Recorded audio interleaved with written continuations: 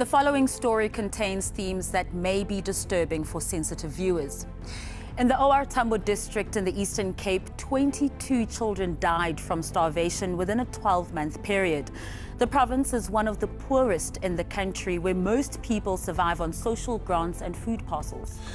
But the problem is far more widespread. Over the last 3 years, 3,000 children died from severe acute malnutrition in hospitals around the country. The situation is dire, and as discomforting as the following story is, we dare not look away. Here's Govan.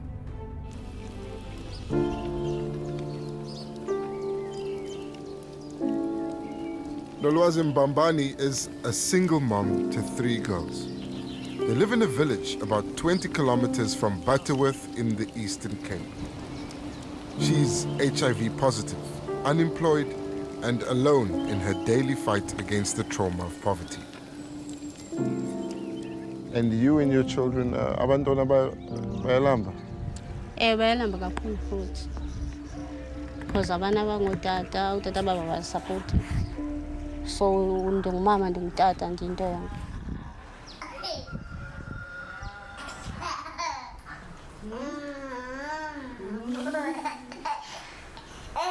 How many days do you wait for food? Maybe it's a week. What do you do? Oh, panlambin. Yeah. Selamans. For 5 days? 𝗀𝗏𝗃𝗵𝗶 and her children are being denied their constitutional right to food by a provincial government that seems to have forgotten what its job is. Sometimes when you don't have food, do you stop eating so you can give them? Well, ndenzele babona batye. With a high viral load, 𝗀𝗏𝗃𝗵𝗶 was warned not to breastfeed her daughter as there's a risk of transmission. But after days with no food, all she had to ease her daughter's starvation was breast milk. 𝗀𝗏𝗃𝗵𝗶 made the hardest decision any mother could make. She breastfed her daughter, risking infection, rather than watching her go hungry for another day. I was trying. I had no choice. Because I don't have a man to buy milk. Do.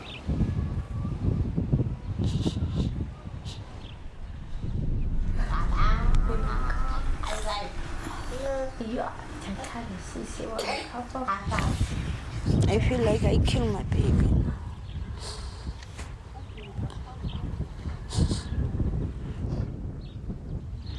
I'm so sorry. I'm so sorry. I'm so sorry. South Africa is facing a crisis. As unemployment and poverty continue to rise, so does hunger.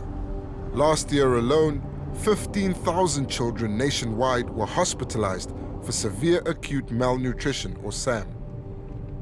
With an unemployment rate of 60%, the Eastern Cape is one of the hardest hit provinces. We traveled to the 𝗀𝗏𝗃𝗵𝗶 district, where 22 children died in just a few months.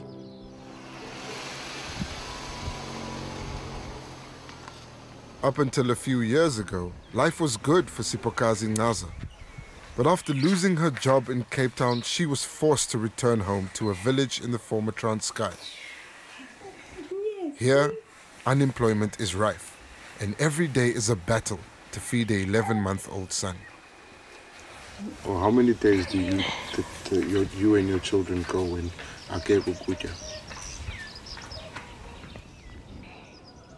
Yaphela neveki kungekho. Yaphela iveki. Andiziva right. Ndiye ndithi xa ndicingayo ndibona noma bekuthiwa andikho emhlabeni bhetele kunolu hlobo ndihlupheka ngalo ngoku.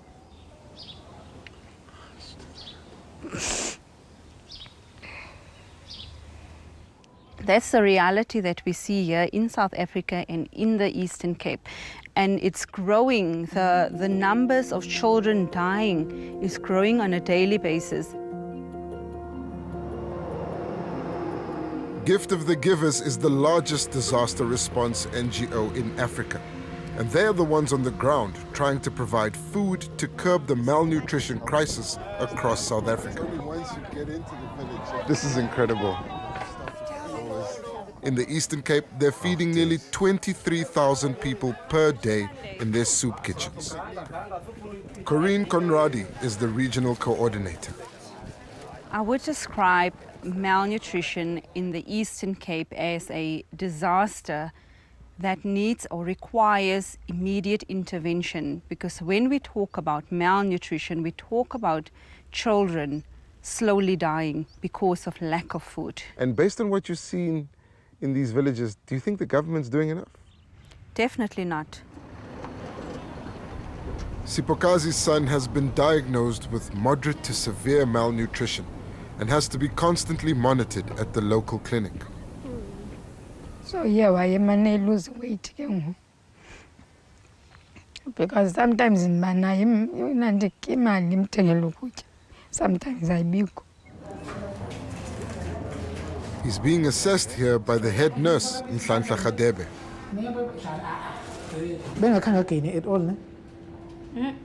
𝗀𝗵𝗶 was clear that if the child didn't gain weight before his next visit, he would have to be hospitalized.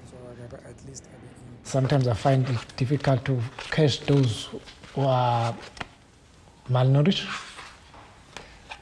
When I find them, some of them are close to severe.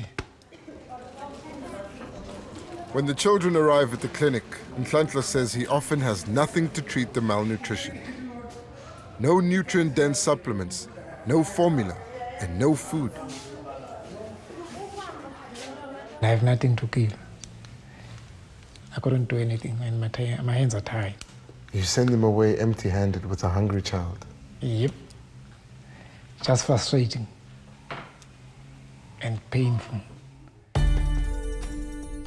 The clinic is just one of many with little to no resources to treat malnourished children, according to 𝗀𝗏.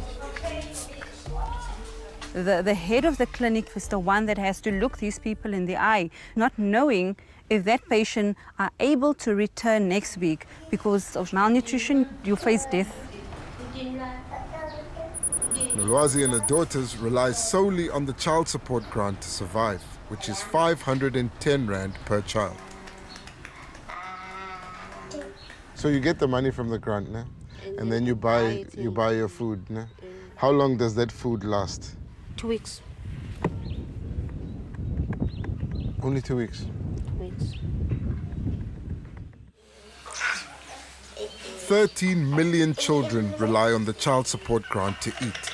And while the basket of groceries has increased by 8% this year, the grant has risen by less than 1%. It remains substantially lower than the poverty line.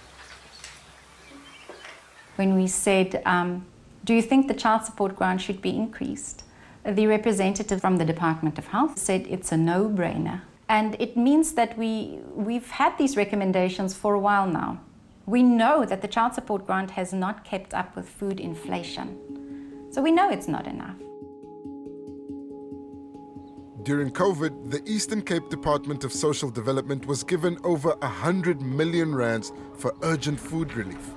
In 2022, they returned 67 million because they were unable to spend it before the end of the financial year. This, together with the death of 100 in Cape, triggered the Human Rights Commission inquiry into the province's malnutrition crisis, headed by Eileen Carter. We called stakeholders to the table to come and testify under oath. That included the Department of Education, Social Development, Treasury. We have found that the rights to dignity of children are being violated. We have found that the best interests of the children are not being upheld when we return money to the fiscus. Children are dying from preventable causes. That's why we're calling for a state of disaster. According to the Commission's report, many government departments are accountable for the dire state of these children. But the Eastern Cape Department of Social Development returning 67 million in 2022, which was meant for food, is unfathomable. We drove to East London to meet with the head of department, 𝗀𝗵𝗶𝘀. So why did you send the 67 million rand back? During COVID, government provided money for food parcels, and we went through a procurement process. That procurement process gave us a service provider, and we then expected delivery. But in the middle of delivery, we realized that this service provider is not going to be able to deliver these food parcels by the 31st of March, and we're not going to spend this money. What about the people who were waiting for the food? What consideration was made for them? Unfortunately, the system of government works with compliance. Do you believe that malnutrition is at crisis levels in the Eastern Cape? I'll be very careful with responding with a yes or no to your answer, because I don't know what's behind it. What does that mean? I'm talking here about 120 children dying, over 1,000 that are severely malnourished. Yeah. It's not a game of chess. I'm talking about children dying. Do you believe that this is a crisis in the Eastern Cape? I believe that malnutrition is a very serious problem. And government has put in place mechanisms to deal with malnutrition. So far for this financial year, just over 930 food parcels have been distributed in the Eastern Cape. Are you able to tell us how many food parcels the Department of Social Development in the Eastern Cape gives out per year? 2,000? 3,000? You want to run away? We don't have money. That's a devastating figure. There's no money. There's no money. It's hard to hear there's no money for starving children from a provincial government where only 3 of its 39 municipalities received clean audits in the last financial year. The Human Rights Commission has given the Eastern Cape Provincial Government 3 months to respond to their most urgent recommendations. Dr. Eileen, what if the government does nothing? What if they note your report and shelve it? I would say that would be a very sad day for the children of this country.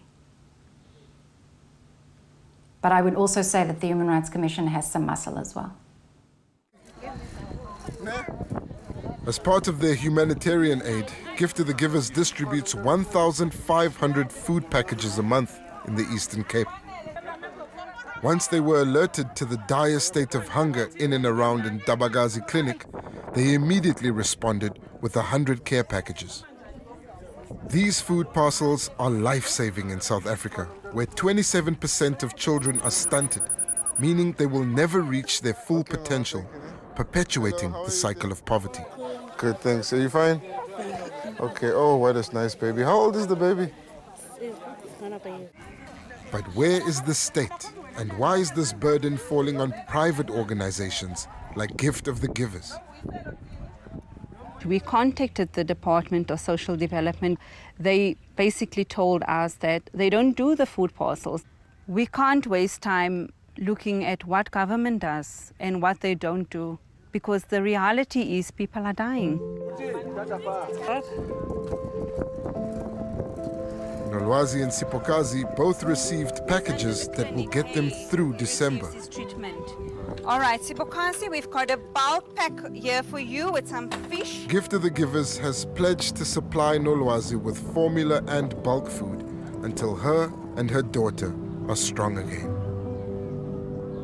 Thanks for watching. Why not drop us a comment below? We love reading your opinions. Remember, you can now access Carte Blanche stories anytime, anywhere, even offline. Carte Blanche, the podcast, is now available on all major podcast platforms. So be sure to hit that follow or subscribe button and be part of our growing online family.